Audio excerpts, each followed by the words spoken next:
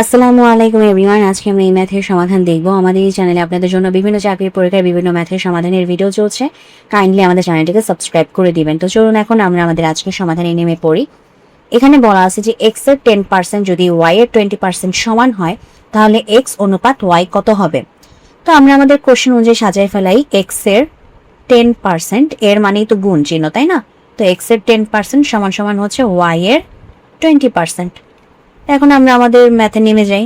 X into 10/100 equals to Y into 20/100। উভয় পক্ষ থেকে 100 বাদ দিলে এখানে থাকবে হচ্ছে 10x, এখানে থাকবে হচ্ছে 20y।